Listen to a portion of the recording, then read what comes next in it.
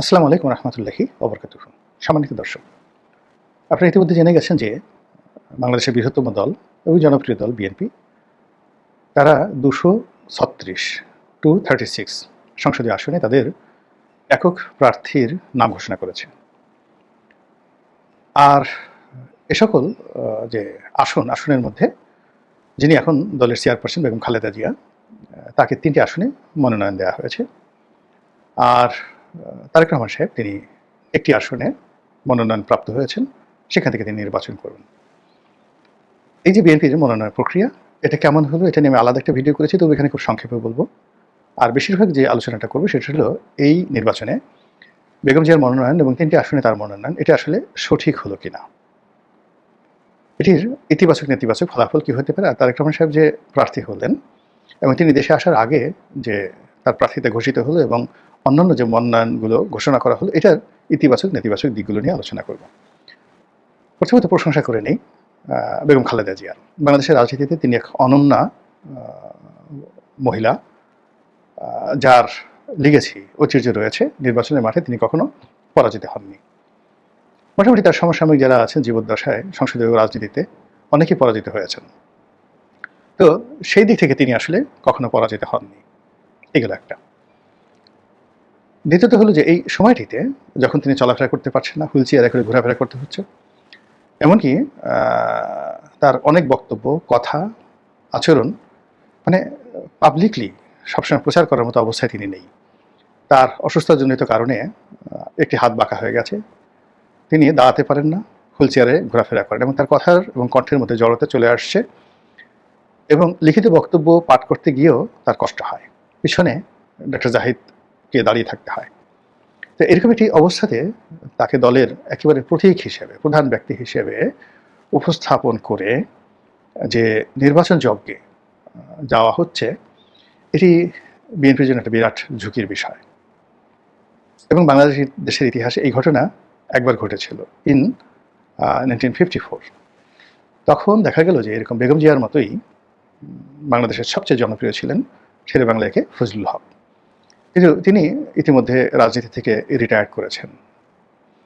এবং বেগম জিয়ার এখন যে অবস্থা ঠিক ওইরকম, মানে পশ্চিম পাকিস্তানি সরকারের শাসন, শোষণ, বেইজ্জতি, তার আগে ব্রিটিশ সরকারের শাসন, শোষণ, বেইজ্জতি, ভারতীয় সেই মহাত্মা গান্ধী গ্রুপ বা উত্তর দক্ষিণ ভারতীয় গ্রুপ, যারা ভারতীয় রাজনীতিতে পশ্চিমবঙ্গের যে আধিপত্যতে নেতাজি সুভাষচন্দ্র বসু, শরৎ বসু, শেরে বাংলা ফজলুল হক, হোসেন সৈয়দ সরওয়ার্দী, মাওলানা আবুল কালাম আজাদ, মানে ওনাদের যে একটা আধিপত্যবাদ ছিল, নিয়ন্ত্রণ ছিল, কন্ট্রোল ছিল, সেই কন্ট্রোলটি নিজেদের হাতে তুলে নেওয়ার জন্য মহাত্মা গান্ধী, সর্দার বল্লভভাই প্যাটেল, এই সমস্ত মানুষ যেভাবে উঠে পড়ে লেগেছিলেন, তার ফলে সর্বভারতীয় রাজনীতিতে সেই 1937 থেকে 1945-এর মধ্যে শেরে বাংলাকে ফজলুল হকের উপর যে মানসিক টর্চার, জুলুম, অত্যাচার চলেছে, তার একেবারে সর্বনাশ হয়ে গেছে।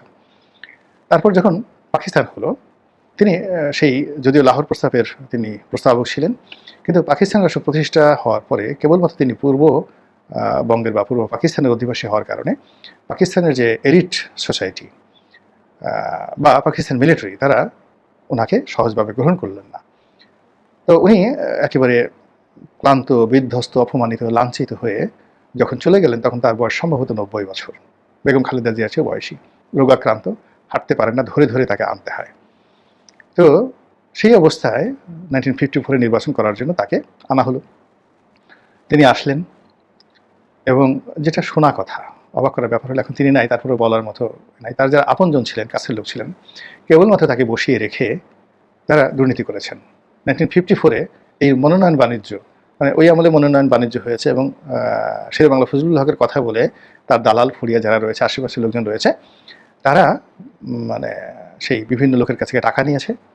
আবার সেটা প্রমাণ করার জন্য সেই টাকার একটা অংশ সেই লোকসম্মুখে সবার সামনে শেরে বাংলা ফজলুল হকের হাতে সেটা ধরিয়ে দেওয়া হয়েছে।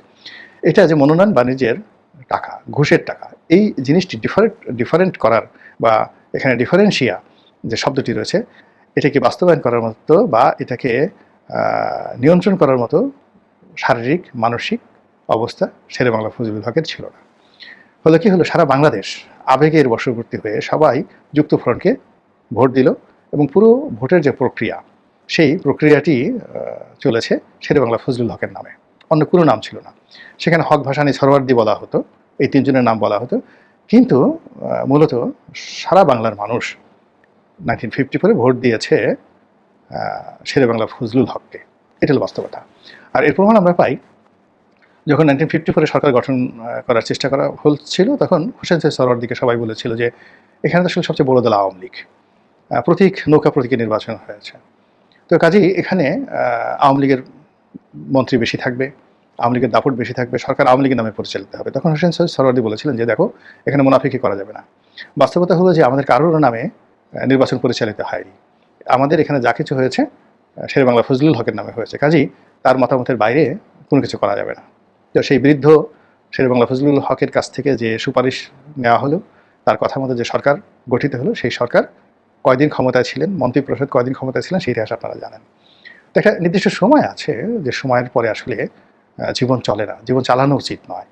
বেগম জিয়া এখন ঠিক ওইরকম একটা পর্যায়ে চলে গেছেন, ফলে তার যে সম্মান, তার যে মর্যাদা, তার যে অজেয় ভাবমূর্তি এবং তার যে সেই আপোষহীন যে ভাবমূর্তি, সেই ভাবমূর্তিটিকে এখন এই 3টি আসনে মনোনয়ন দিয়ে তারপর একটি সরকার গঠন করতে গিয়ে সেখানে তার ইমেজকে এবং তাকে ফ্রন্ট লাইনে এনে এখানে এই বাংলাদেশের বিএনপির গত 14 মাসের যত ব্যর্থতা, কিংবা উনি যেই সময়টাতে জেলে গেছেন, সেই জেলে যাওয়ার আগ থেকে আমি বলবো যে যেদিন থেকে ওনার বাড়ি গুড়িয়ে দেওয়া হলো, সেই দিন থেকে মূলত দলের একটা গ্রুপ, সেই গ্রুপের একটা কালো জাদুর মধ্যে তিনি পড়ে গিয়েছিলেন। এই কালো জাদু তাকে জেলে পাঠিয়েছে। এই কালো জাদু তাকে মানে যে মামলায় গ্রেপ্তার করা হয়েছে, সেই মামলায় তিনি যখন হাজির হলে জামিন পেয়ে যেতেন, তাকে সেই মামলায় হাজির হতে দেয়নি। যে কারণে তার বাড়ি ভাঙা হয়েছে, সেটা যদি তিনি প্রথমে হাইকোর্টে না গিয়ে লোয়ার কোর্টে যেতেন, তাহলে লোয়ার কোর্টের কোনো সাধ্য ছিল না ওখানে যাকে বলা হয় সেখানে না দেওয়া, মানে যাকে বলে এখানে স্থগিতাদেশ যেটা, তো স্থগিতাদেশ না দেওয়া পর্যন্ত, মানে দেওয়া ছাড়া আসলে লোয়ার কোর্টের অনেক কোনো বিধানই ছিল না, অ্যাপ্লাই করার সাথে সাথে সেটা করা হতো। কিন্তু সেই কাজ না করে মওদুদ আহমেদ সাহেবের মতো ঝানু পলিটিশিয়ান যারা আছেন, তারা কেনই কাজ করেছেন, কী করেছেন, এটা একমাত্র আল্লাহ জানেন, তারা এটাকে পুরো ঘটনাটা হাইকোর্টে নিয়ে গেল এবং খুব অল্প সময়ের মধ্যে সেটা তছনছ হয়ে গেল। এনিওয়ে, মওদুদ আহমেদ যে কাজটা করেছিলেন তার প্রতিফল তিনি পেয়েছেন, তার নিজের বাড়িটাও কিন্তু এভাবে চলে গেছে। তো সেই যে বেগম যে একটা রাধা চক্রের মধ্যে পড়ে গেছেন, তার মইনুল ক্যান্টনমেন্টের যে বাসভবন, মইনুল হোসেন সড়কের যে বাসভবনটি, এটি ধ্বংসের মাধ্যমে এবং জেলে যাওয়ার মাধ্যমে, এবং সেই রাহু চক্রটি এখনও তাকে ঘিরে আছে, তার থেকে তিনি বিমুক্ত হতে পারেননি। অন্যদিকে তার যে শারীরিক শক্তি, মানসিক শক্তি, সাংগঠনিক শক্তি, সব কিছু, মানে ক্যাবিনেট, কিচেন ক্যাবিনেট, পরিবার তন্ত্র থেকে শুরু করে আরও অনেক কিছু, এবং দলতন্ত্রের মধ্যে এখানে এমন কিছু ঘটছে যে এই মহিষী রমণী তিনি না পারছেন বলতে, না পারছেন সহ্য করতে। এই গেল একটা। ফলে তার সারা জীবনের যে অর্জন, সেই অর্জন এই নির্বাচনের মাধ্যমে বর্জন হতে পারে, ঝুঁকির মধ্যে পড়তে পারে, দুর্নাম এবং বদনামের শিকার হতে পারে, এবং তার যে লিগেসিগুলো, এই লিগেসিগুলো শেষ হয়ে যেতে পারে। আর এখানে সফল হওয়ার সম্ভাবনা বলতে গেলে 1%ও নেই, 99% ঝুঁকি তার ইমেজে। এই গেল এক। 2 নম্বর হলো যে এখনো পর্যন্ত তাকে যদি সাইনবোর্ড হিসেবে ব্যবহার করতে হয়, তাহলে তারেক যে কী করলেন এতদিন পর্যন্ত, তারেকদের যে কর্তৃত্ব, নেতৃত্ব যদি দলের মধ্যে এখনও প্রতিষ্ঠিত না হয়, তাহলে যে সরকার প্রতিষ্ঠিত হয়েছে, সেই সরকার আসলে এই যে 3টি নির্বাচনে যদি বেগম জিয়া জিতে সরকার গঠন হয়, তিনি রাষ্ট্রপতি থাকেন, রাষ্ট্রীয় ক্ষমতায় থাকেন, আর তার আন্ডারে তারেক জিয়া যেভাবেই থাকেন না কেন, এখানে একটা দ্বৈত শাসন হবে। এবং ঠিক এই আগের জমানায় বেগম জিয়াকে কেন্দ্র করে সরকারের একটা বলয়, সিনিয়র বলয়টি কাজ করবে, মিলিটারি ইন্টেলিজেন্সগুলো কাজ করবে, আর তারেক রহমান সাহেবকে কেন্দ্র করে দলের একটা তরুণ তুর্কি কাজ করবে। তিনি প্রধানমন্ত্রী হন আর রাষ্ট্রপতি হন, ডাজ নট ম্যাটার। মানে তারেক রহমান সাহেব যদি প্রধানমন্ত্রীও হন, বেগম জিয়ার যে উপস্থিতি, সেই উপস্থিতির কারণে সমস্ত রাষ্ট্রের সব কিছুর আকর্ষণ, সব কিছু হবে বেগম জিয়া কেন্দ্রিক। যেহেতু তিনি আগের মতো সিদ্ধান্ত দিতে পারেন না, ফলে তাকে কেন্দ্র করে যে সমস্ত লোকজন থাকবেন, তারা তারেক রহমান সাহেবের চেয়ে আগামীর বিএনপি সরকারে যদি সেটা হয়, শক্তিশালী হয়ে পড়বেন, এবং এটাই বাস্তবতা। এবং চিন্তা করুন যে রাজনীতি কতটা নিষ্ঠুর, মানে আওরঙ্গজেব। তো আওরঙ্গজেবের মধ্যে যে ভাতৃঘাতী যুদ্ধ হলো সম্রাট শাহজাহানের ছেলেদের মধ্যে, এর মধ্যে সবচেয়ে ক্ষমতার ব্যাপারে বিরাগ ছিলেন আওরঙ্গজেব। তিনি কখনো ক্ষমতা চাইতেন না, তিনি ফকিরের মতো দিন যাপন করতেন। তিনি খুব বীর ছিলেন, যোদ্ধা ছিলেন। বলতে গেলে মানে বাদশাহ শাহজাহানের শাসনের কারণেই তিনি এই যুদ্ধ যেতে তিনি রাজি হতেন, কিন্তু তার বৈরাগী হতে ইচ্ছা হতো। মানে তিনি বন জঙ্গলে চলে যাবেন, সুফিবাদ চর্চা করবেন, এই রাজ্য থাকবে না। তিনি ব্যক্তিগত জীবনে কোরআনের হাফেজ ছিলেন এবং যাকে বলা হতো জিন্দা পীর। তার বিশ্বাস, তার ধর্মীয় সত্তা, এটার মধ্যে কোনো মুনাফিকি ছিল না। তিনি যুদ্ধের ময়দানে ধরেন 5 লাখ সৈন্য নিয়ে তিনি যুদ্ধ করছেন, 5 লাখ যুদ্ধের ময়দানে শিবাজী রায়ের বিরুদ্ধে। যুদ্ধ চলছে, নামাজের ওক্ত হয়ে গেছে, তিনি দাঁড়িয়ে নামাজ পড়ছেন নির্ভীক চিত্তে। যুদ্ধের ময়দানে এভাবে দাঁড়িয়ে নামাজ পড়া এটা চারটিখানি বিষয় না, তার ইমান ছিল এই পর্যায়ে। তো এই মানুষটি কেন তার পিতাকে বন্দী করে রাখলেন 20 বছর? এটা রাজনীতি। তিনি জানেন যে